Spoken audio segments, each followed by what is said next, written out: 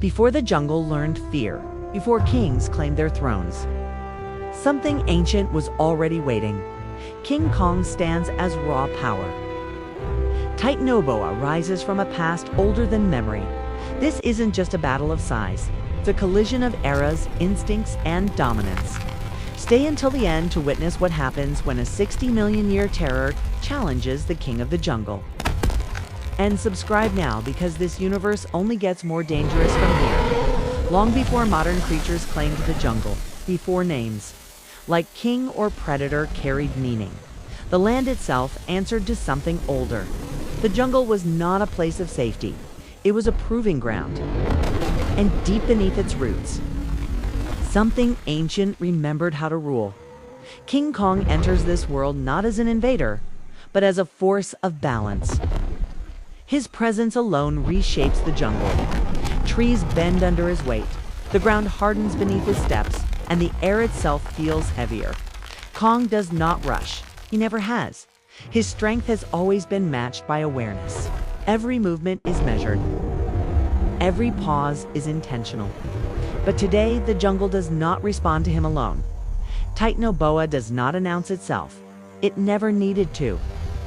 Its existence predates dominance as a concept. 60 million years of survival have shaped it into something beyond instinct. Titanoboa does not hunt for hunger. It controls space, pressure, and inevitability. When it moves, the jungle does not react, it obeys. The first sign is silence. Birds vanish. Insects stop moving. Even the wind hesitates. Kong notices immediately. This kind of stillness doesn't belong to chance. It belongs to control. Kong slows further. His eyes scan the terrain, not searching for movement, but for absence. Something is wrong. The jungle feels occupied by a presence that refuses to be seen. Titanoboa senses Kong just as clearly, not through sight, but through vibration, mass displacement, and rhythm. Kang is not prey. Titanoboa understands this instantly. But he is something else, an anomaly, a force not written into the old rules. This is where the tension begins. Kang represents adaptive dominance. He learned to rule through conflict, through resistance, through evolution. Titanoboa represents primordial authority.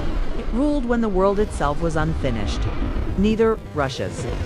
Kang shifts his position, claiming higher ground. He wants visibility, space, control of angles.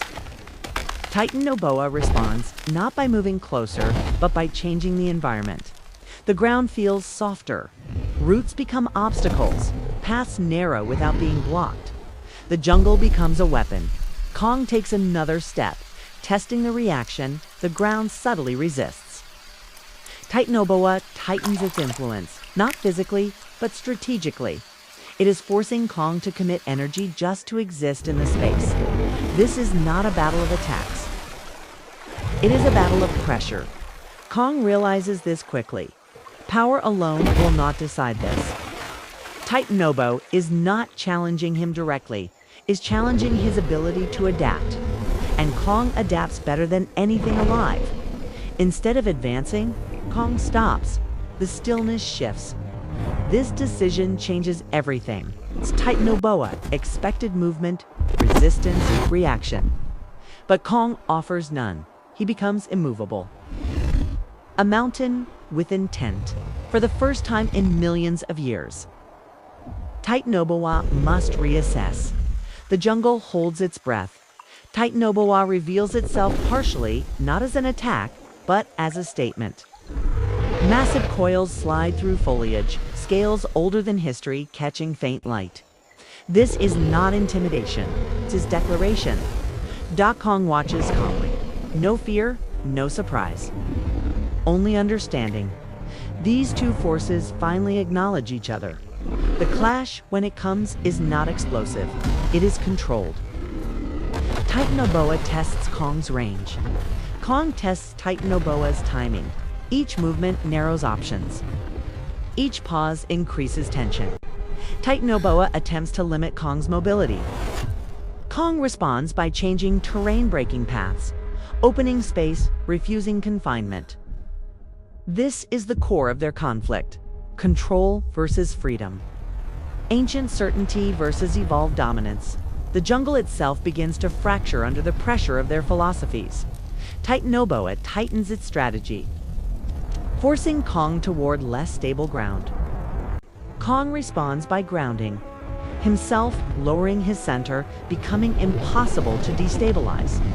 Neither gains total advantage. This is the turning point. I'll both understand something crucial. Victory here is not about defeat. It is about authority. Who decides what happens next? Kong chooses restraint. He does not overextend. He does not chase. He holds Titanoboa, senses this, and stops pressing. The silence returns. But it is different now. This silence carries recognition. Titanoboa understands that Kang cannot be dominated without cost beyond reason. Kang understands that Titanoboa cannot be removed without destabilizing the jungle itself. The jungle chooses balance. Titanoboa withdraws not in defeat, but in preservation of ancient order. Kong remains not as conqueror, but as guardian. The jungle survives because neither force insists on destruction. This is why this battle matters. Not because of who won, but because of what was learned. Power without awareness destroys. Control without adaptation fails. True dominance understands when to stop. And somewhere beneath the jungle, the ancient terror sleeps, again knowing that the world has changed, and that even legends must evolve. If you stayed until now, you already know this universe isn't about simple victories. It's about survival, intelligence, and power that knows its limits. Subscribe now, because Part 4 will challenge everything you think you know about dominance.